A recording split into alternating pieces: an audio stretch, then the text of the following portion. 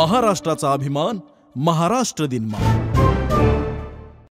एक मनात एक सुप्त इच्छा अशी होती की सगळ्यात आपल्याला माहितीच आहे की पुण्याला आपण विद्येचं माहेरघर म्हणतो, पण माझी एक इच्छा होती की कोल्हापूरला सुद्धा विद्येचं माहेरघर म्हणून लोकांनी ओळखावं. कधीतरी भविष्यात असं सुद्धा म्हटलं जावं की स्पर्धा परीक्षा करायचे, अरे मग ह्याला कोल्हापूरला पाठवलं पाहिजे. मला वेब सिरीज बघायला अतिशय आवडतं, त्यामुळे वेब सिरीज भरपूर बघायचो, ज्यामध्ये सोशल कॉज रिलेटेड पण वेब सिरीज असायच्या. म्हणजे एक ओव्हरऑल डेव्हलपमेंट की मला स्टडी ज्यावेळेस करायचं आहे त्यावेळेस मी स्टडी करणार, पण ज्यावेळेस मला एंटरटेनमेंट करायची आहे त्यावेळेस मी एंटरटेनमेंट सुद्धा करणार. की रोज लाख जण येत आहेत, सगळ्या गोष्टी करत आहेत की हार्डवर्क करा, सकाळी लवकर उठा, असं करा, सोशल मीडियापासून दूर राहा, पण सक्सेस का मिळत नाही? मला म्हणायचंय की गरज नाहीये हे सगळे रूल्स पाळायचे.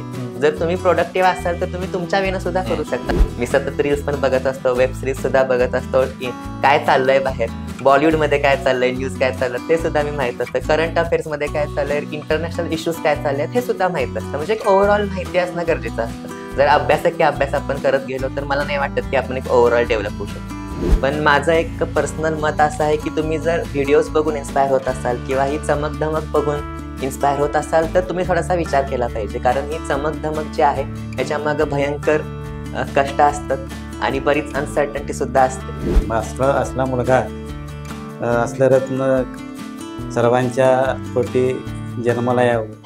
महाराष्ट्राचा अभिमान महाराष्ट्र दिन. नमस्कार, मी विजय चोरमारे. महाराष्ट्र दिनमानमध्ये आपलं मनपूर्वक स्वागत आहे. UPSCचा निकाल जाहीर झालाय आणि त्यात यशस्वी झालेल्या विद्यार्थ्यांच्या यशकथा गेले काही दिवस आपल्या समोर येत आहेत.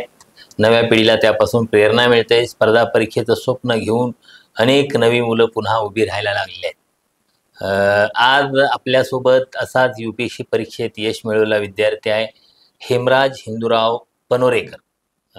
कोल्हापूरचा हा विद्यार्थी आहे आणि ज्यानं UPSC परीक्षेमध्ये यश मिळवलेलं आहे. त्याच्याशी आपण आज संवाद साधणार आहोत.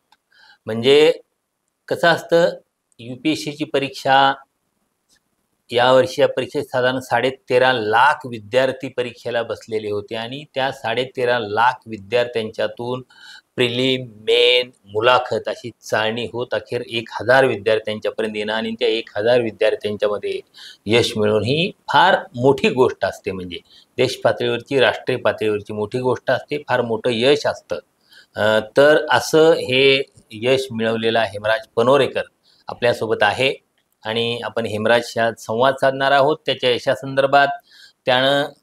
त्याचा जो इथंपर्यंत प्रवास झालेला आहे त्या प्रवासाच्या संदर्भात, त्यातून आपण काही गोष्टी त्याचा प्रवास जाणून घेणार आहोत. मला निश्चित खात्री वाटते की त्याचा हा प्रवास नव्या पिढीसाठी, स्पर्धा परीक्षेची तयारी करणाऱ्या विद्यार्थ्यांच्यासाठी किंवा एकूणच 10वी 12वी किंवा पदवीचं शिक्षण घेणाऱ्या विद्यार्थ्यांच्यासाठी सुद्धा उपयुक्त आणि मार्गदर्शक ठरणार आहे. कारण एखादं ध्येय गाठण्यासाठीचा प्रवास कसा असतो, एका विशिष्ट ध्येयानं प्रवास करून यश कसं मिळवायचं असतं ते आपल्या हेमराजच्या या आजच्या संवादातून उलगडत जाईल असं मला वाटतं, त्याची खात्री वाटते. नमस्कार हेमराज. नमस्कार.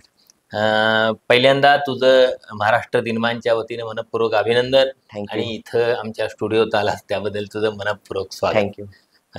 मला सांग की इतक्या प्रचंड संख्येनं लाखो विद्यार्थ्यांच्यातून आपण स्पर्धा परीक्षेत उतरणं आणि शेवटी एका छोट्या आकड्यात 1000पर्यंतच्या म्हणजे काही 13-13.5 लाख विद्यार्थ्यांच्यातून आपण इथं 1000 विद्यार्थ्यांच्यात येणं, हे जे यश आहे स्पर्धा परीक्षेतलं, या यशाकडे तू कसं बघतोस? यश आहे म्हणजे बऱ्याच गोष्टी असतात ह्या यशामध्ये. सगळ्यात आधी अतिशय छान वाटतं की एवढ्या लाखोंमधून आपण ह्या एवढ्या छोट्याशा आकड्यामध्ये येऊ शकलो. आणि ह्या यशामागे बरेच कष्ट असतात किंवा सॅक्रिफायसेस सुद्धा असतात, हार्डवर्क असतं आणि बरेच जणांचा सपोर्ट असतो, जसं की माझे पॅरेंट्स किंवा माझी दिदी असेल आणि मी आहे किंवा माझे सर आहेत शैलेंद्र पांढव सर. आम्ही सगळ्यांनी टीमवर्क केलं आणि मी इथपर्यंत पोहोचू शकलो, ह्याचा मला अभिमान पण आहे आणि या कष्टाबद्दल आणि या सक्सेसबद्दल मी ग्रेटफुल सुद्धा आहे. तुझा कितवा अटेम्प्ट होता? हा माझा 4था अटेम्प्ट होता. बरं, म्हणजे यापूर्वीच काय अनुभव होता तू? म्हणजे यावेळेस मी प्रिलिम्स क्वालिफाय झालो होतो, पण मेन्स 5 मार्कांनी राहून गेली. त्यानंतर कधी प्रिलिम्स फेल झाली आणि यावेळेस फायनली मी 3 स्टेजेस पार करू शकलो. पण तुझं हे स्पर्धा परीक्षेचं चं आता जे स्वप्न होतं ते स्वप्न तुझं पूर्ण झालंय. पण हे स्वप्न तू कधी पाहिलं होतंस? म्हणजे की बाबा एका विशिष्ट टप्प्यावर हे स्पर्धा परीक्षेचं स्वप्न पाहिलंस, की बाबा ठीक आहे नाही हा प्रवास करता करता वाटलं म्हणून स्पर्धा परीक्षेकडे वळला का? काय नेमकं या स्वप्नाबद्दल काय सांगशील तू? हे स्वप्न तसं लहानपणापासूनच मी बघायला सुरू केलं होतं. म्हणजे आता लहानपणी आपण बरेच वेळेस सरकार शब्द ऐकत असतो, की सरकारने हे केलं किंवा सरकार ते करत आहे. बरेच वेळेस मग ते लहानपणी 1ली 2री मध्ये अगदी सरकार म्हणजे कोण मला प्रश्न पडायचा किंवा सरकार कुठे राहतात, सरकार बरं. कोण अरे आहे. वा. हां. मग पप्पा मला माझे सांगायचे, की सरकार हे कोणी एक व्यक्ती नसते. सरकार हे खूप बरेच लोक मिळून बनतं आणि तूही उद्या सरकारचा पार्ट बनू शकतोस. त्यावेळेस ते सांगायचे मला. मी त्या लहानपणी लहान मुलग्याला जसं सांगितलं पाहिजे, की आपण पण सरकारचा भाग आहोत व्होट देऊन. त्यानंतर आपण ऑफिसर्स बनू शकतो किंवा आपण पॉलिटिक्समध्ये जाऊ शकतो. त्यावेळेसच माझ्या मनात कुठेतरी सुरू झालं होतं, की आपल्याला भविष्यात सरकारचा भाग बनायचंय.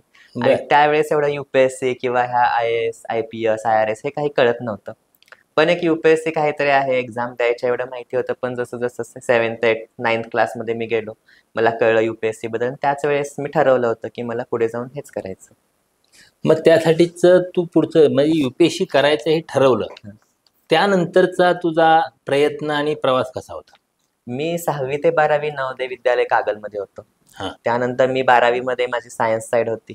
माझे दोन्ही ग्रुप होते, मॅथ्स सुद्धा होता, बायो सुद्धा होता. हां. पण त्यानंतर मी आर्ट्सला जाण्याचा विचार केला, कारण मला असं वाटलं, की आपल्याला UPSC करायचे आहे आणि आपण इंजिनिअरिंग किंवा मेडिकल फील्डमध्ये मी करिअर करण्यात मला एवढा इंटरेस्ट नव्हता. आणि मला असं वाटलं, की आपण आर्ट्स घेऊन जर डिरेक्टली UPSC प्रिपरेशन करू शकलो किंवा लवकर सुरुवात करू शकलो, तर आपण लवकर सक्सेस मिळवू शकू. आणि त्यानंतर मग मी UPSC मध्ये क्वालिफाय होण्यासाठी जे काही केलं पाहिजे त्या हिशोबानेच पावलं उचलायला सुरू केली. पण ही पावलं उचलायला सुरुवात करणं ठीक आहे, पण ते पावलं उचलायची कशी पावलं उचलायची याच्या संदर्भातलं मार्गदर्शन कुणी दिलं सुरुवातच्या टप्प्यात? घरचं ॲटमॉस्फिअर माझ्या स्पर्धा परीक्षेचं होतं, कारण माझ्या आईने सुद्धा तिच्या काळात स्पर्धा परीक्षांचा अभ्यास केला होता. किंवा माझी दीदी आहे, माझी दीदी ज्यावेळेस कधी कोल्हापूरमध्ये जे पण सिलेक्टेड आता तू आता हे आईबद्दल दीदीबद्दल बोलतोय, वडिलांच्या बद्दल बोलतोय, तुझी कौटुंबिक पार्श्वभूमी काय आहे ती सांग आधी. माझे पप्पा क्लर्क म्हणून रिटायर झालेत हायस्कूलमधून. माझ्या बरं. आईने इंग्लिश टीचर म्हणून जॉब सुद्धा केला आहे गव्हर्नमेंट स्कूलमध्ये. बरं. आणि मम्मीचं सुद्धा त्यावेळेस 1 मार्काने शिक्षणाधिकारीची पोस्ट चुकली होती. हां. त्यामुळेच एक स्पर्धा परीक्षेचं वातावरण, स्टडीचं वातावरण आधीपासूनच घरात होतं. आणि माझी दीदी सुद्धा इंटरेस्टेड होती. ती सुद्धा ज्यावेळेस कधी कोणत्या अधिकाऱ्यांचं इथं लेक्चर असेल त्यावेळेस ती मला आवर्जून लहानपणी घेऊन जायची. मला त्यावेळेस कळत नव्हतं. पण दीदी काय करते? दीदी इंजिनिअरिंग झालंय तिचं, पण ती सध्या घरीच असते. बर. त्यांचा बिझनेसेस आहेत हम्म. त्यांच्या आणि भाऊजींचे. मग त्यावेळेस तिने मला आवड निर्माण करून दिली. त्यावेळेस मी लहानपणी बघायचो स्टेजवर अधिकारी कसे येतात, कसे बोलतात. त्यावेळेस मला कुठेतरी वाटायचं की आपण पण असं बनलं पाहिजे. मग ते एक इन्स्पिरेशन बनत गेलं. आणि मग त्यानंतर मी त्यामध्ये जास्त इंटरेस्ट घेतला. ती एक मॅच्युरिटी जी असते एक्झामसाठी गरजेची असते दाखवणं, ती कुठेतरी मी दाखवली असं मला वाटतं. कारण बरेच वेळेस आपण मोठ्या एक्झामला सामोरं जाताना प्रोएक्टिव्ह असणं गरजेचं असतं. काही थोडंसं आधी डिसिजन्स घेणं गरजेचं असतं. एक क्लॅरिटी असणं गरजेचं असतं की मला काय करायचं आहे आणि मला हे करायचंच आहे, मी तेवढा कॅपॅसिटीचा आहे का, आणि जे काही त्यामध्ये चॅलेंजेस येतील ते मी पार करण्याची क्षमता ठेवतो का. मग ह्याचा मी बराच विचार करायचो.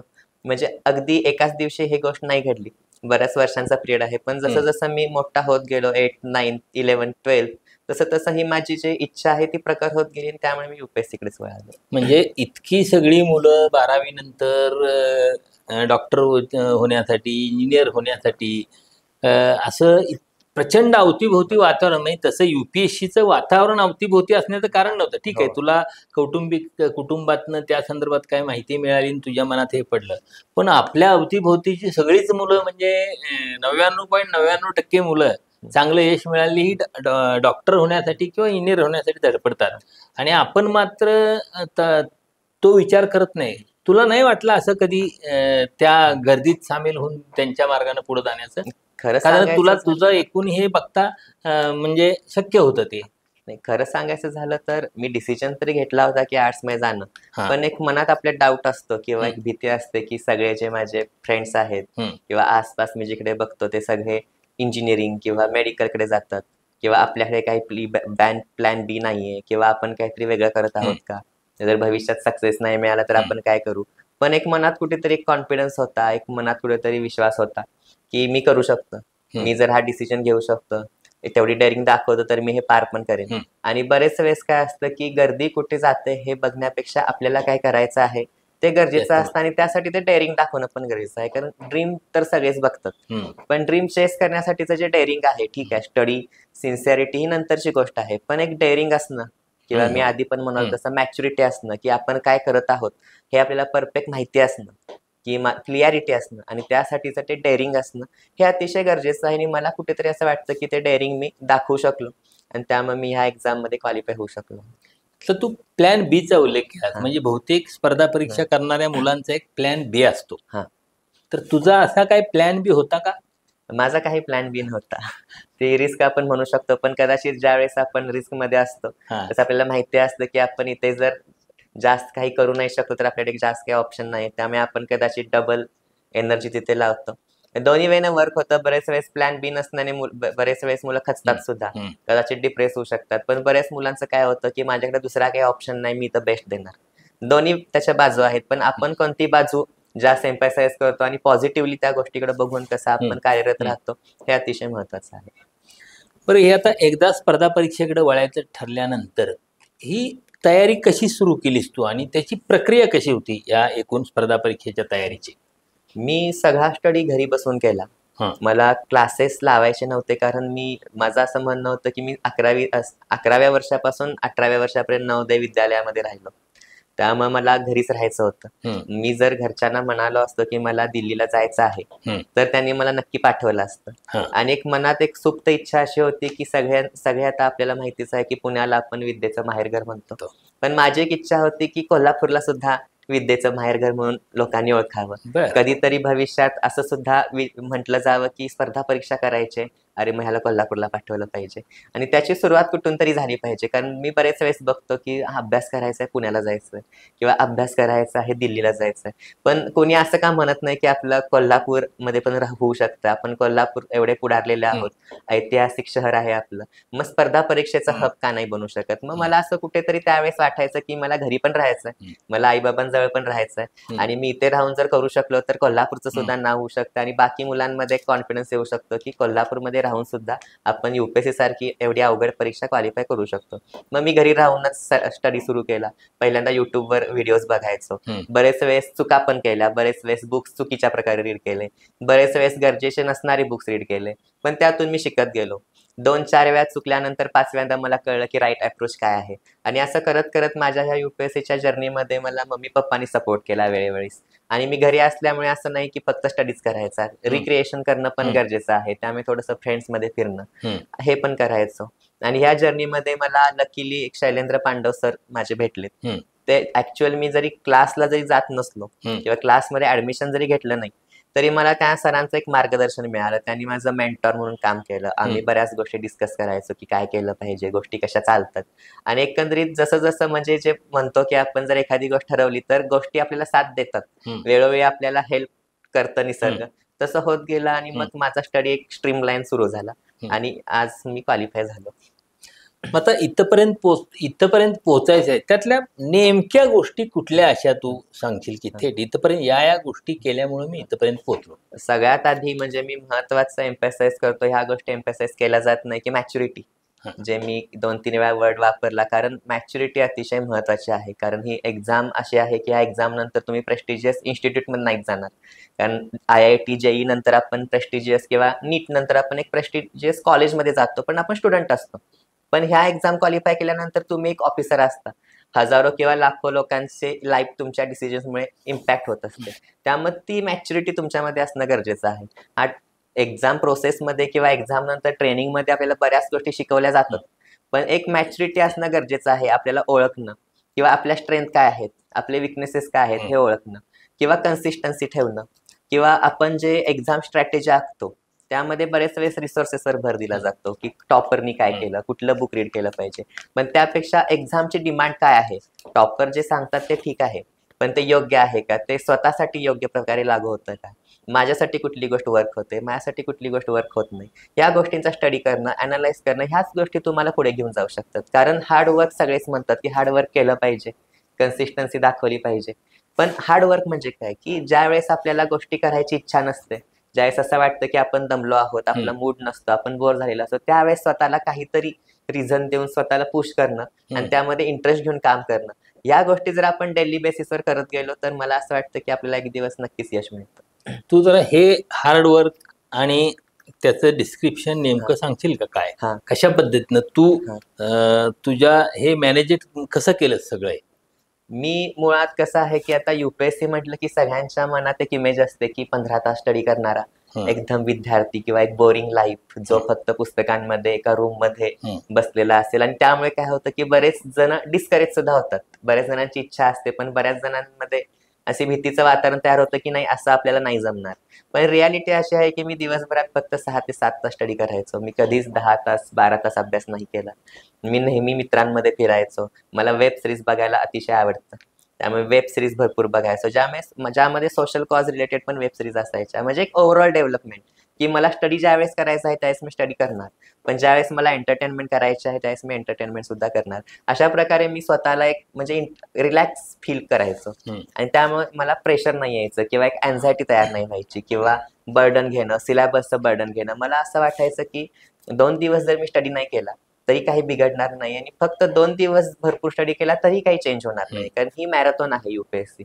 इथे आपण 1 दिवस 2 दिवस किंवा 100 मीटर स्प्रिंट सारखं नाहीये. इथं तुम्हाला माहिती नाही की कदाचित एखाद्याला 2 वर्षामध्ये सक्सेस मिळतं, एखाद्याला 5 वर्ष लागतात, एखाद्याला 10 वर्ष सुद्धा लागतात. तुमची ती तयारी पाहिजे की सतत 3, 4, 5 वर्ष कंटिन्यू करण्याची. मग त्यासाठी तुम्ही रोज स्वतःला काही ना काही रिक्रिएशन ठेवणं किंवा रिलॅक्सेशन फील करणं गरजेचं आहे, जेणेकरून तुमचे जे 6, 7, 8 तास जे काही तुम्हाला योग्य वाटतं ते करत राहणं, आणि त्याचबरोबर अदर लाईफचे एन्जॉय पण घेणं गरजेचं आहे असं मला वाटतं. आणि हे मी केल्यामुळे मला कदाचित वाटतं की मी युपीएससीच्या ह्या प्रेशर सिच्युएशन मध्ये सस्टेन होऊ शकलो. तर तू सांगितलंस की मी वेगळ्या म्हणजे मित्रांच्यातनं असायचो. आता कसं असतं, स्पर्धा परीक्षेला पुण्याला गेलेला विद्यार्थी आहे, तो तिथं त्याच्या अवतीभोवती सगळी स्पर्धा खोलीत त्याच्या राहणारी, तो चहाच्या गाड्यावर जातो, ते चहाच्या गाड्यावर किंवा जिथं इथं सगळं ते सराउंडिंग, प्रत्येक माणूस असा तो म्हणजे स्पर्धा परीक्षेची तयारीच्या व्यतिरिक्त बाहेरच्या माणसाची त्याचा कोणाला संपर्क नसतो. दिल्लीला गेला तिथं तेच वातावरण असतं. इथं तर तू घरात राहून अभ्यास करतोयस. मग ते वातावरण, हे तुझा मित्रवर्ग कोण होता, इथले मित्र किंवा तुझ्या अवतीभोवतीचे लोक? एक्झाम वातावरणाचं तुम्ही बोललात ते पण एक मी एम्पॅसाइज करू इच्छितो, कारण बरेच वेळेस कसं असतं की मुलांची एक अपेक्षा असते की मला एक्झाम ऍटमॉस्फिअर मध्ये जायचं आहे प्रिपेअर करायला. त्यामुळे बरेच जण म्हणतात की मी पुण्याला जातो, तिथं ऍटमॉस्फिअर आहे. पण माझं पर्सनल मत असं आहे की ऍटमॉस्फिअर हे तुमच्या ब्रेन मध्ये असलं पाहिजे. जर तुमच्या ब्रेन मध्ये ऍटमॉस्फिअर असेल तर सराउंडिंगला काय आहे जरुरी नसतं, कारण बरेच वेळेस सोसायटीमध्ये तर बऱ्याच प्रकारचे ऍटमॉस्फिअर असतात. काही चांगले ऍटमॉस्फिअर असतात, काही खराब ऍटमॉस्फिअर असतात, पण तुम्हाला काय घ्यायचं आहे हे तुमच्यावर आहे. एकाच घरातून कदाचित क्रिमिनल पण बाहेर पडतो आणि त्याच घरातून कदाचित एक सोशल रिफॉर्मर सुद्धा बाहेर पडतो. ते वैयक्तिक आहे. थोडाफार इम्पॅक्ट पडतो ऍटमॉस्फिअरचा, असं नाही की इम्पॅक्ट काहीच पडत नाही.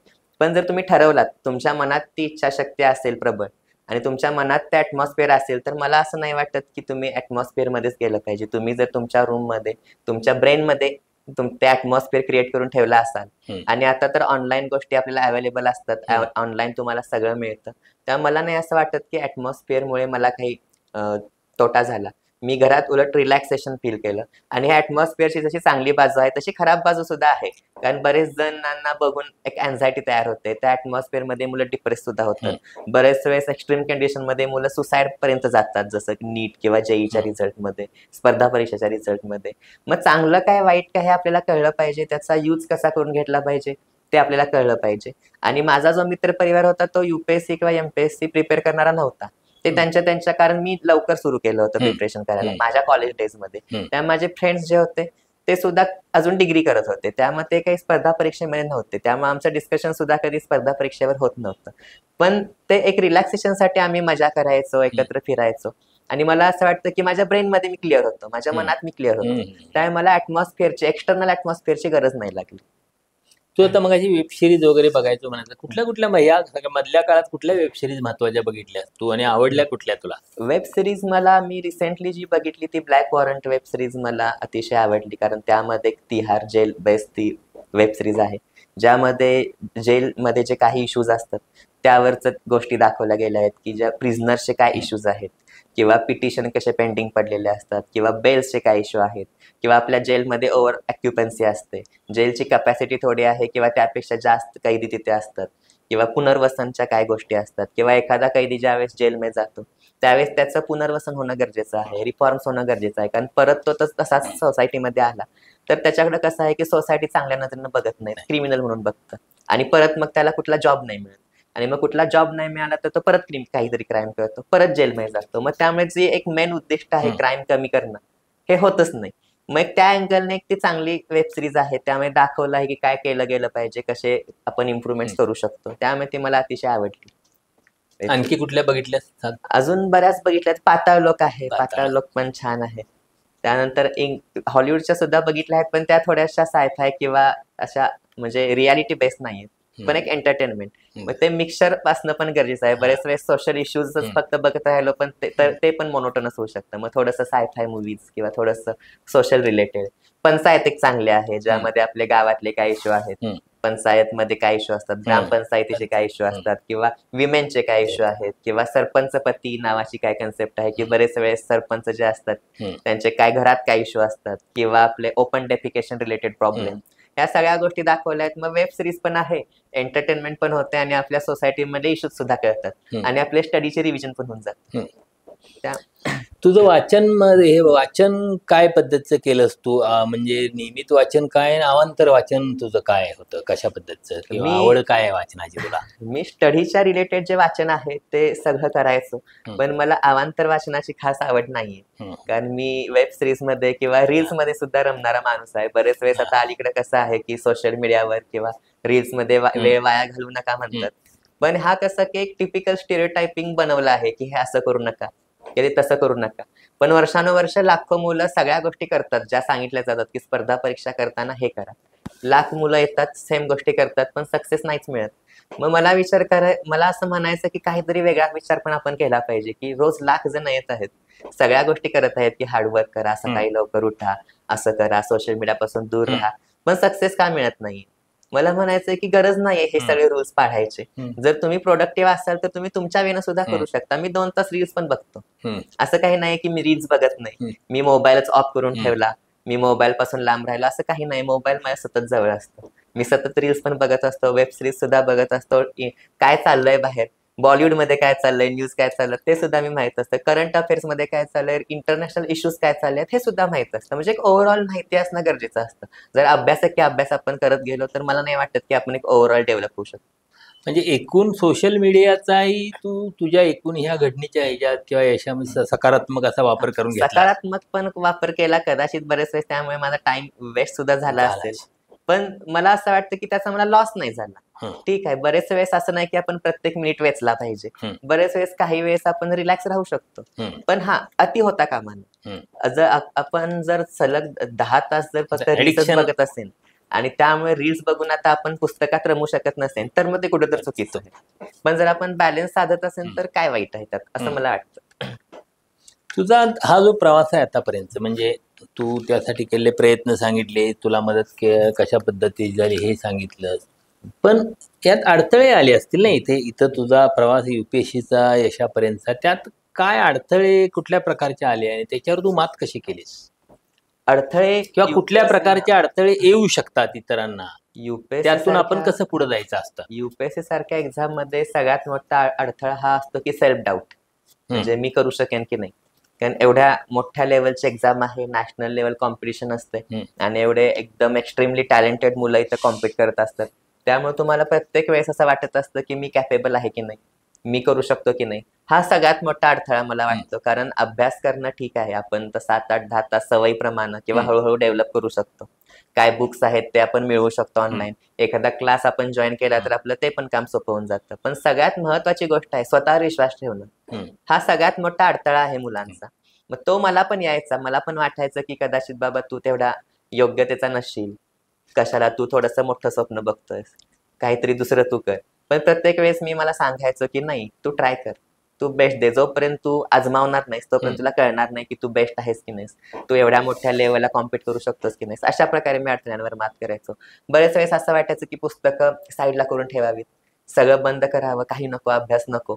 हा पण एक अडथळा असायचा. मग मी 4 दिवस टाइमपास करायचो, काय काय हरकत आहे, ठीक आहे, नाही होत अभ्यास, नो प्रॉब्लेम, 4 दिवस मी नाही केला तर काही होणार नाही, असं मी स्वतःला समजवायचो. हा पण एक अडथळा होता. त्यानंतर बरेच वेळेस काय होतं की एवढी मोठी एक्झाम आहे, वर्षभराची सायकल असते आणि प्रिलिम्स क्वालिफाय होते, कधी मेन्स क्वालिफाय होत नाही.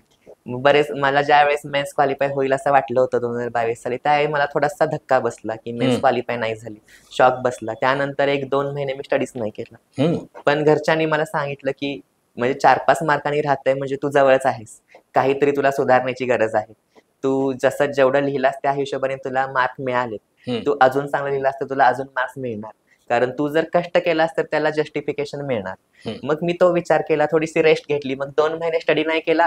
2 महिने माझे वाया नाहीत गेले. 2 महिन्यामध्ये मी शिकलो. 2 महिन्यामध्ये मी माझी एनर्जी रिकूप केली आणि मी परत तयारीला लागलो. अशा प्रकारेच मी अडथळ्यांवर मात केली. पण मी असं कधी सिरियस नाही घेतलं अडथळ्यांना आणि अगदीच कॅज्युअल सुद्धा नाही घेतलं. एक बॅलन्स नेहमी ठेवला. ठीक आहे, प्लॅन बी नव्हता मगाशी, म्हणजे तुझा असं तू मगाशी म्हटलास, पण युपीएससी करत असताना काही एक एमपीएससीचा एक पर्याय अनेकांच्या डोळ्यापुढे असतो की बाबा हे तिथं फार टपासलं तरी इथं थोडं आपण जाऊ शकू, असं तू काय तसा विचार केला होतास पर्यायी? मी माझ्या वेळेस असा विचार नाही केला, कारण त्यावेळेस एमपीएससी म्हणजे ऑब्जेक्टिव्ह टाईप होती. आता रिसेंटली एमपीएससीचं स्वरूप चेंज झालंय, ज्यामध्ये डिस्क्रिप्टिव्ह एक्झाम आहे आणि आता मुलं तसा विचार करू शकतात, कारण यूपीएससी आणि एमपीएससी अगदी सेमच स्वरूपाची झाली आहे. सिलेबस पण जवळपास सेम आहे. पण माझ्या वेळेस त्याचं स्वरूप वेगळं होतं, त्यामुळे थोडंसं प्रिपरेशन स्टाईल वेगळी असते आणि एकदा यूपीएससीच्या सायकलमध्ये तुम्ही आलात तर तुम्ही वर्षभर त्यामध्ये बिझी राहता. एका स्टेजवरून जरी तुम्ही फेल झाला तरी तुम्हाला नेक्स्ट स्टेजला परत प्रिपेअर करावं लागतं. त्यामुळे मी त्यावेळेस एमपीएससीचा काही विचार नाही केला. एक असा विषय सतत समोर येतो की तू आता युपीएससीत यश मिळवलंस, बिरदेव डोनेनं यश मिळवलं, ते सामान्य कुटुंबातला मुलगा, आणखी कुणी असे सामान्य परिस्थितीतल्या मुलांनी यश मिळवलं किंवा आधी यश मिळवून आता IPS IAS असे असलेले आणि अशी व्याख्यानं देणारे किंवा तुम्ही काही त्या संदर्भात काही सांगता आणि त्याच्यापासून एक प्रेरणा घेऊन प्रचंड मोठ्या संख्येनं मुलं परत यायला इकडे याच्याकडे वळतात हे ऐकून, आणि पुन्हा मग ते तिथं खूप प्रचंड स्पर्धेच्या ह्याच्यात ती अडकतात. असे एक म्हणजे तिथं आम्ही काही आता मुलाखती घेतल्या, त्या मुलाखतीच्या खाली प्रतिक्रिया अनेक लोकांच्या प्रतिक्रिया आहेत मुलांच्या, की तुम्ही हे फार काहीतरी असं मुलांच्या पुढे मांडता आणि त्यामुळं खूप संख्येनं मुलं भावडी अशी पळत सुटतात त्याच्या पाठीमागं आणि त्यामुळे मुलांचं नुकसान होतं. तर तू याच्या संदर्भात तू काय सांगशील? हे मृगजळ आहे आणि त्यातले अडथळे खूप आहे, तर ते नेमकं काय म्हणजे प्रॅक्टिकल तू आता इथं 4 अटेम्प्ट करून आलायस, म्हणजे प्रॅक्टिकली आलायस तू, असा फ्लुकचं तुझं यश नाही, तू तयारी करून आलायस, तर तू काय सांगशील इथं येणाऱ्या अशा मुलांना? बरेच वेळेस काय होतं की ज्या वेळेस युपीएससीचा रिझल्ट लागतो, बरेच टॉपर्स लाईमलाईट मध्ये येतात, त्यांच्या इंटरव्ह्यूज बाहेर येतात किंवा त्यांची पेपरमध्ये न्यूज येते आणि कसं वातावरण बनतं आणि त्याचं सगळ्यांना अट्रॅक्शन आहे. आणि बरेच वेळेस काय होतं की आता सोशल मीडियाचा जमाना आहे, त्यामुळे युट्यूबवर सुद्धा आपण IAS किंवा IPSच्या एंट्रीजचे व्हिडिओ बघतो आणि अशामुळे मुलं काय होतात की एनकरेज होतात आणि त्यामुळे बरेच जण युपीएससी मध्ये यायचा विचार करतात. पण माझं एक पर्सनल मत असं आहे की तुम्ही जर व्हिडिओज बघून इन्स्पायर होत असाल किंवा ही चमक धमक बघून इन्स्पायर होत असाल तर तुम्ही थोडासा विचार केला पाहिजे, कारण ही चमक धमक जी आहे याच्या मागे भयंकर कष्ट असतात आणि बरीच अनसर्टन्टी सुद्धा असते. जर तुम्ही मनापासून किंवा लहानपणापासूनच असं नाही, मोठे झाल्यावर पण जर तुम्हाला आतून आवाज येत असेल की माझ्यात पोटेन्शियल आहे आणि मी सिव्हिल सर्व्हिसेसमध्ये येऊ इच्छितो आणि मी या देशासाठी काहीतरी कॉन्ट्रीब्यूट करू इच्छितो आणि मी माझ्या देशातल्या लोकांच्या लाईफवर काहीतरी चांगला इम्पॅक्ट पडेल असं काम करू इच्छितो आणि तुमचं जर ते एक इंटरनल आणि स्ट्रॉंग मोटिवेशन असेल तरच तुम्ही इकडे आलं पाहिजे. नाहीतर बरेच वेळेस असं होतं की ह्या एक वातावरणामध्ये बरेच जी मुलं असतात ते इकडे वळतात आणि मग त्यांचे 1-2 वर्ष त्यामध्ये जातात. मग 1-2 वर्षाचे क्लासच्या फी झाल्या, राहण्या खाण्याची फी झाल्या, असा 7-8-10 लाख खर्च होतो किंवा त्याचा आईबाबांवर त्याचं कर्ज येतं आणि हा एक खराब सायकलमध्ये माणूस अडकतो.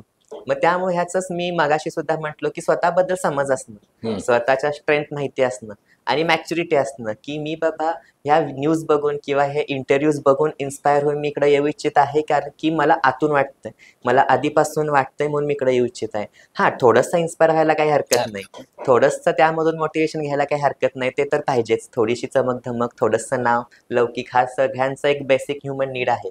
पण त्यामुळं किंवा मी एखादा IPS चालत कसा आला किंवा IAS चालत कसा आला, त्याच्या मागे किती फौजफाटा आहे, तो कारमधून कसा उतरतो, या गोष्टी बघून जर आपण UPSC मध्ये येत असेल तर मग कुठेतरी ते चुकीचं आहे. मग तुम्हाला तेवढं मोटिवेशन नाही राहणार आणि कुठेतरी मग तुम्ही ह्या प्रवासामध्ये निम्म्यात अडकणार आणि आता ज्या पोझिशनमध्ये आहात त्यापेक्षा खराब पोझिशनमध्ये तुम्ही अजून जाणार. त्यामुळे मला असं वाटतं की ह्या सगळ्या वातावरणामध्ये स्वतःला तुम्ही शांत ठेवलं पाहिजे. हे सगळ्या वातावरणामध्ये तुम्ही आधी स्वतःवर विचार केला पाहिजे की तुमचं ध्येय काय आहे, तुम्हाला खरंच ह्यामध्ये यायचं आहे का, आणि जर तुम्हाला आतून वाटत असेल की होय मला प्रिपेअर करायचं आहे, तर तुम्ही नक्कीच ह्यामध्ये यावं. तू सोशल सायन्स तुझा विषय होता, हा विषय मुद्दाम निवडण्याचं कारण काय? सोशॉलॉजी मी निवडला UPSC मध्ये कारण मला थोडं सोसायटीमध्ये इंटरेस्ट आहे. सोसायटीमध्ये गोष्टी कशा चालतात किंवा सोसायटीमध्ये आता फॅमिली स्ट्रक्चर आहे, क्लास आहे, रिलिजन आहे, या गोष्टींबद्दल मला आधीपासून अट्रॅक्शन होतं. त्या कशा वर्क होतात हे मला जाणून घ्यायचं होतं. आणि हा एक झाला आवडीचा विषय. आणि दुसरा प्रॅक्टिकल विषय असा झाला की सोशॉलॉजीचं जे नॉलेज आहे ते UPSC मध्ये बऱ्याच सब्जेक्टमध्ये आपण अप्लाय करू शकतो, essay मध्ये अप्लाय करू शकतो. म्हणजेच आवड माझी आणि एक प्रॅक्टिकल माझा बेनिफिट किंवा स्ट्रॅटेजी एक्झामची, या दोन्ही गोष्टींचा विचार करून मी सोशॉलॉजी ऑप्शनल ठेवलं. तर हे आता तू बाबा कुठला क्लास लावला नाहीस, कुठं तयारीसाठी गेला नाहीस, पण मुलाखतीची तयारी ही एक यातली खूप कठीण टप्पा असतो. म्हणजे मेन्स क्लिअर झाल्यानंतरची तुझी काय अवस्था होती? मेन्स क्लिअर झाल्यानंतर जनरली सगळे म्हणजे मॉक इंटरव्ह्यूजला वगैरे जातात आणि हा अतिशय महत्त्वाचा टप्पा असतो, कारण आपण लास्टच्या टप्प्याला आलेलो असतो आणि इथून बाहेर पडणं सगळ्यात म्हणजे वाईट असतं. त्यामुळे सगळेजण बेस्ट प्रिपेअर करायचा ट्राय करतात. पण त्यावेळेस पण मी सेमच विचार केला होता, जसं की कोल्हापूरमध्ये राहून आपण केलं पाहिजे. मी आधी सुरुवातीलाच प्रिपरेशनच्या ठरवलं होतं की मी दिल्लीला पहिल्यांदा ज्यावेळेस जाईन त्यावेळी मी इंटरव्ह्यूच्या वेळेसच जाईन, आणि मला त्याचा आनंद आहे की मी ते केलं. म्हणजे मी जस्ट इंटरव्ह्यूच्या 4-5 दिवस आधी फक्त दिल्लीमध्ये गेलो होतो आणि मी त्याचं सुद्धा प्रिपरेशन घरूनच केलं. कारण मॉक इंटरव्ह्यू वगैरे मॉक इंटरव्ह्यू मी फक्त एक दिला होता दिल्लीमध्ये, 1-2 दिवस आधी इंटरव्ह्यूच्या. पण मी जसं म्हणालो की मला एक तेच एम्फसाइज करायचं आहे तुमच्या प्लॅटफॉर्मच्या माध्यमातून की मला कोल्हापूरमध्ये राहून करता येतं, हे मुलांना सांगायचं आहे. तुम्ही करा, तुम्ही जर सुरू केला तर तुम्हाला मार्गदर्शन मिळणार, असं नाही की इथं मार्गदर्शन नाहीये. आणि बरेच वेळेस तुम्हाला मार्गदर्शन मिळालं जरी नाही तरी तुम्ही स्वतःची वाट स्वतः काढू शकता, आणि हे तुमचं इनोव्हेशन असलं पाहिजे. आणि तीच इच्छा माझ्या मनात होती. आणि बरेच वेळा आमचं डिस्कशन सुद्धा झालं की आता तरी इंटरव्ह्यूचा कॉल आला आहे, मेन्स क्वालिफाय झाली, मग आता पुण्याला जायचं का किंवा दिल्लीला जायचं का. माझं घरच्यांसोबत डिस्कशन झालं, माझ्या सरांसोबत डिस्कशन झालं. पण मी सगळ्यांना तेच समजावून सांगितलं की मी ह्या 2 स्टेजेस घरी बसून इथे कोल्हापूरमध्ये राहून केल्या आहेत. तुम्ही माझ्यावर विश्वास ठेवा, मी इंटरव्ह्यू सुद्धा इथं बसून करीन. आणि मग इथं बसूनच मी त्या गोष्टी केल्या. कारण आहे कसं की इंटरव्ह्यू प्रिपरेशन हे फक्त 2 महिन्याचं नाही, आपल्याला 2-3 महिने मिळतात एक्झाम नंतर. पण ह्यामध्ये तुम्ही पर्सनॅलिटी डेव्हलप करू शकत नाही. तुम्ही कदाचित 4 गोष्टी एक्स्ट्रा वाचाल, करंट अफेअर वाचाल, पण पर्सनॅलिटी डेव्हलपमेंट ही गेल्या 2, 3, 4, 5 वर्षांची गोष्ट आहे, लहानपणापासूनची गोष्ट आहे. त्यामुळे जर तुम्ही गेल्या 5, 10, 15 वर्षांमध्ये गोष्टी व्यवस्थित केल्या असाल, जर सगळीकडे पार्टिसिपेट केला असाल, लाईफकडे बघण्याचा पर्स्पेक्टिव्ह तुमचा चांगला असेल, तुम्ही पॉझिटिव्ह असाल, तर तुम्हाला इंटरव्ह्यूची खास अशी काही तयारी करावी नाही लागत. बाकी कसं बोललं पाहिजे किंवा आपल्याला कसं रिप्रेझेंट केलं पाहिजे, आपण ह्या छोट्या मोठ्या गोष्टी तर आपण सगळीकडे शिकतो, त्या क्लासेसमध्ये पण शिकवल्या जातात, त्या तुम्ही युट्यूबवर पण शिकू शकता. पण तुमच्याकडे जर नॉलेज आहे ते तुम्ही नॉलेज चौफेर यूज करू शकता. तर मला नाही वाटत की तुम्हाला त्यासाठी सुद्धा दिल्लीला जायची गरज आहे. म्हणजे तू अशी मुलाखतीची तयारी खास अशी नाही केली, कारण मुलाखत हा जो विचार माझ्या मनात आधीपासूनच होता की कधी ना कधी आपल्याला मुलाखतीला जायचंच आहे. त्यामुळं ज्यावेळेस मी कधी मुलाखतीमध्ये जाईन त्यावेळेस माझ्याकडे ते पर्स्पेक्टिव्ह असले पाहिजेत. मी न्यूट्रल सांगितलं पाहिजे, मी एखाद्या गोष्टीच्या 4 वेगवेगळ्या डायमेन्शन सांगू शकलो पाहिजे. मग ज्यावेळेस मी प्रिपेअर करत आहे त्याच वेळेस तुला कोणी आधी हे मुलाखतीच्या तयारी संदर्भात मार्गदर्शन कोणी केलं होतं? असं मार्गदर्शन ज्यावेळेस टॉपर सांगत असतात की तुम्ही प्रत्येक पार्टला वेगळं बघू नका, की प्रिलिम्सचं वेगळं प्रिपरेशन, इंटरव्ह्यूचं वेगळं, असं नाहीये. सगळे दरवेळेस टॉपर सांगतात. मी युट्यूबवर सुद्धा तेच ऐकायचो, कारण हे एक स्ट्रीमलाईन प्रिपरेशन आहे, एक इंटरकनेक्टेड प्रिपरेशन आहे. इंटरव्ह्यूचं प्रिपरेशन वेगळं किंवा मेन्सचं प्रिपरेशन वेगळं असं काही नाही. 1-2 वर्षांचं जर तुमचं प्रिपरेशन असेल तर तुम्ही 3 स्टेजेस एकत्र प्रिपेअर केल्या पाहिजेत. हे मी कुठे ना कुठे ऐकलं होतं, युट्यूबवर ऐकलं होतं, त्यामुळे मी तेच डोक्यात ठेवलं. तुझी मुलाखत कशी झाली होती? माझी मुलाखत मला विद्युत स्वयं सरांचं बोर्ड होता. कुणाचा? विद्युत स्वयं सर हा. जे रिटायर्ड IAS आहेत. हं. आणि माझा एक्सपिरियन्स अतिशय छान होता, कारण बरेच वेळेस बाहेर बऱ्याच गोष्टी सांगितल्या जातात की पॅनेल असं असतं, पॅनेल तसं असतं, पण ज्या वेळेस तुम्ही खरंच इंटरव्ह्यूला जाल त्यावेळेस तुम्हाला नक्की जाणवेल की जे पॅनेल आहे ते भरपूर कोऑपरेटिव्ह असतं. ते तुम्हाला अतिशय कम्फर्टेबल फील करून देतात, कारण त्यांना पण माहिती आहे की तुम्ही अतिशय टफ 2 स्टेजेस पार करून इथं आला आहात आणि थोडेसे टेन्स, थोडंसं प्रेशर तुमच्यावर असणार हे ते सुद्धा जाणून असतात आणि ते तुमच्यातून बेस्ट काढून घेण्याचा ट्राय करतात. आणि तसंच मला तिथं जाणवलं. माझा जे नवोदय विद्यालयाचा मी विद्यार्थी आहे, सरांनी मला त्यावर 2-4 क्वेश्चन विचारले, कारण त्यांना सुद्धा आश्चर्य वाटलं की एवढ्या लहानपणी तुम्ही नवोदयमध्ये जाता, मग तुम्ही तिथं कसं अडॅप्ट करता, तिथं गोष्टी कशा चालतात. त्यानंतर माझं सोशॉलॉजी ऑप्शनल आहे. सोशॉलॉजी बद्दल मला विचारलं गेलं की आता सध्याची कंडिशन काय आहे सोसायटीमध्ये, किंवा तुम्ही रिलिजनकडे कसं बघता, त्यानंतर तुम्ही मॅरेजकडे कसं बघता, किंवा मॅरेजचे टाइप्स काय आहेत. त्यानंतर आपलं रिसेंट गेल्या काही वर्षांमध्ये इंडिया आणि चायना रिलेटेड इश्यू बरेच चर्चेत आहेत. तर मग चायनाचा इश्यू काय आहे, भारताने काय केलं पाहिजे, तुम्ही इंडिया चायना रिलेशनकडे फ्युचरमध्ये कसं बघता, ह्या प्रकारचे क्वेश्चन होते. आणि माझं जे सर्व्हिस प्रेफरन्स आहे त्यामध्ये पोलिसिंग IPS एक नंबर होता, त्यामुळे त्यांनी त्या रिलेटेड क्वेश्चन विचारले. त्यानंतर माझी वेब सिरीज बद्दल क्वेश्चन विचारले, मग जेलचे इश्यू काय आहेत, किंवा सुप्रीम कोर्टचे जे गेल्या 2 वर्षात डायरेक्टिव्ह आहेत आपल्या डेथ पेनॉल्टी बद्दल, त्यामध्ये सुप्रीम कोर्टचा काय स्टँड आहे त्यांनी विचारलं. आणि सुप्रीम कोर्टचा डेथ पेनॉल्टीवरचा जो स्टँड आहे त्यावर तुमचा काय स्टँड आहे हे सुद्धा विचार. अशा प्रकारे माझी इंटरव्ह्यू होती आणि ओव्हरऑल एक अतिशय छान एक्सपिरियन्स होता. पूर्ण इंग्रजीत इंटरव्ह्यू दिला? हिंदी आणि इंग्लिश मिक्स दिली.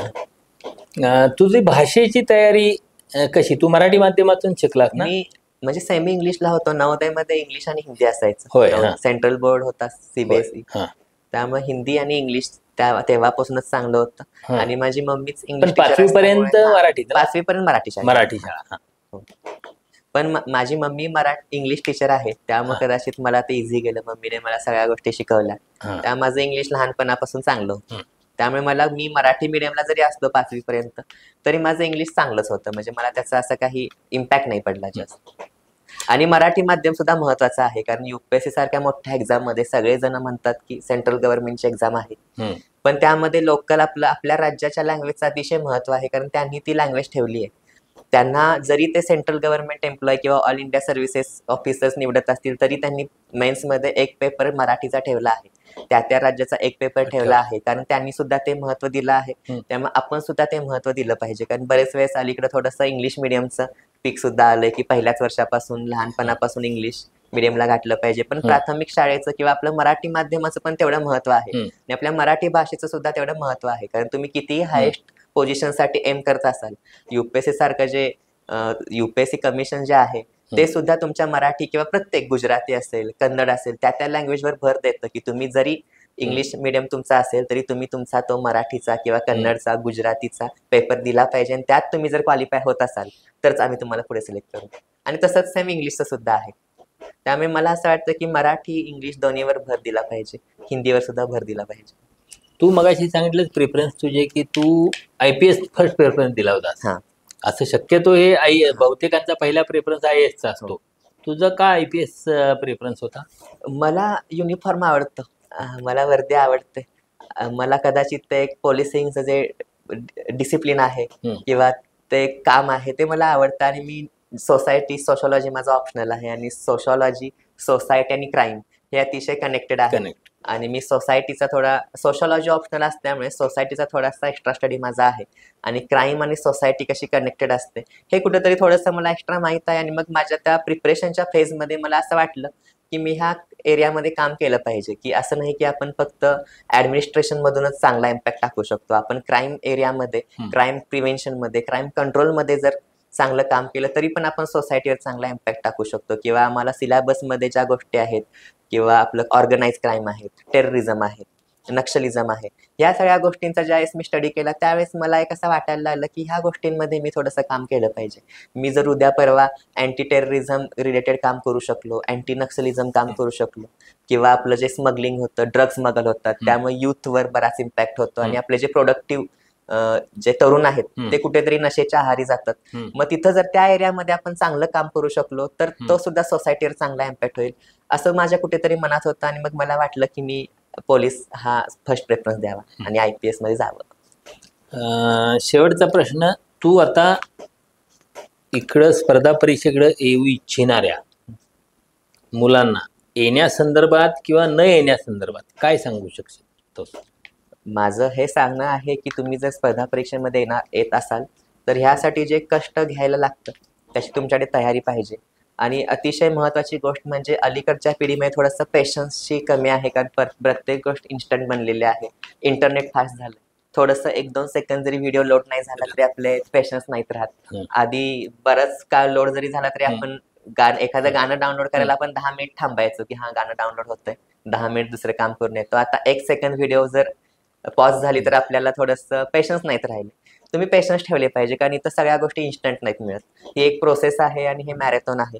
इथं सगळ्या गोष्टी स्टेप बाय स्टेप चालतात. त्यामुळे कन्सिस्टन्सी, कष्ट करण्याची तयारी आणि एक आईबाबांबद्दलचं एक तुमचा जो रिस्पेक्ट आहे त्यांच्यासाठी काहीतरी करणं, किंवा आपले जे टीचर्स असतात त्यांच्यासाठी काहीतरी करणं. आणि आपण ज्या एरियामध्ये वाढतो, ज्या देशामध्ये आपण वाढतो, बरेच वेळेस आपण बरेच कंप्लेंट्स करतो की आपल्याला हे मिळत नाही किंवा हे सरकार हे करत नाही किंवा हे ते करत नाही. पण ज्या देशामध्ये आपण वाढतो, ज्या देशामध्ये आपण सेफ राहतो, ज्या देशामध्ये आपण एवढं खुलं राहतो, त्या देशासाठी काहीतरी करावं. हे एक जर तुम्ही मनात ठेवला, काहीतरी रिटर्न देणं गरजेचं आहे. मला असं वाटतं की आपण या पृथ्वीवर आलोय, आपण 50, 60, 80 वर्ष इथं जगतोय, आपला भार या पृथ्वीवर आहे, तर आपण पण थोडासा भार हलका केला पाहिजे. मग ते काही पण असो, आपल्या लोकांसाठी काहीतरी काम करणं असो, आपल्या देशासाठी काहीतरी करणं असो, हे कुठेतरी जर आपल्या मनात असेल. आणि त्यासाठी मी असं नाही म्हणत की लोकांसाठीच, तुम्ही स्वतःसाठी सुद्धा करा. प्रेस्टिज पण महत्वाचा आहे, रिस्पेक्ट सुद्धा महत्वाचा आहे, तो सुद्धा महत्वाचा आहे. आणि फायनान्शियली इंडिपेंडंट असणं, एम्पॉवर असणं, एक चांगली सॅलरी असणं, ह्या गोष्टी सुद्धा महत्वाच्या आहेत. पण ह्या गोष्टींसोबत मनात कुठेतरी आपल्या देशासाठी काहीतरी चांगलं करणं आणि काहीतरी चांगला इम्पॅक्ट पाडणं, हे जर तुम्ही मोटिवेशन मनात ठेवलात तर तुम्हाला इथे रोज ह्या प्रोसेसमध्ये रोज टिकायला किंवा रोज लढायला तुम्हाला इन्स्पिरेशन मिळत राहील. धन्यवाद हेमराज, तू स्टुडिओत आलास आणि महाराष्ट्र दिनमानशी गप्पा मारल्यास आणि तुझ्या अनुभवाच्या संदर्भात, तुझ्या प्रवासाच्या संदर्भात सांगितलं, ते निश्चितच नव्या मुलांच्यासाठी प्रेरणादायक आणि मार्गदर्शक राहील असा मला विश्वास वाटतो. धन्यवाद. थँक्यू. नमस्कार आणि तुमचं अभिनंदन. तुमच्या मुलानं प्रचंड असं यश मिळालं. UPSC मध्ये लाखो मुलांच्यातनं यश मिळवणं फार मोठी गोष्ट असते. तुमच्यासाठी अभिमानाची, आनंदाची, सगळी अनेक भावभावनांचं असं हे यश असेल. काय तुम्हाला तुमची पहिली प्रतिक्रिया मुलाला या परीक्षेत यश मिळाल्यानंतरची आहे? मला कुठंतरी 3 वर्षामध्ये वाटत होतं की यावर्षी माझा मुलगा काहीतरी करेल, आणि गॅरेंटी होती. म्हणजे तसं त्याच्याकडे बघून मी त्याला काय बोललो नव्हतं. मला वाटायचं, मला म्हणायचे पप्पा माझं काय यावर्षी होईल. मी काय म्हणायचं, हो होईल, तुझं तर होईल, ते चांगलंच होईल. मला गॅरेंटी नव्हती, म्हणजे होती, कारण त्याला मी स्पष्ट बोलून दाखवलं नव्हतं. होईल म्हणतो, तुला काय अडचण. काय तुमच्या काय भावना काय आहेत?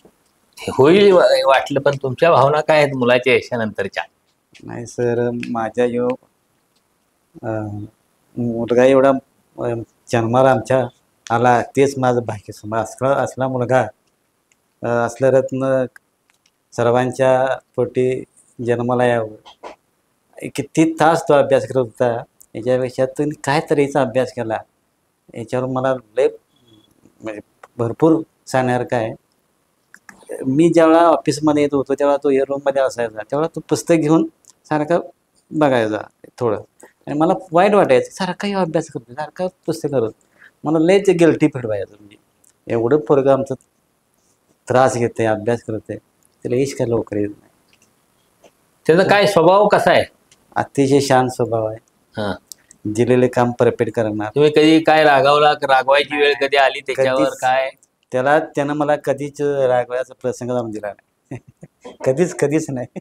आमचं मित्रासारखंच, म्हणजे रोडला जरी फिरायला गेलो तर खांद्यावर हात टाकून आम्ही फिरतोय रोड. असं आमचा रिलेशन आहे. थँक्यू.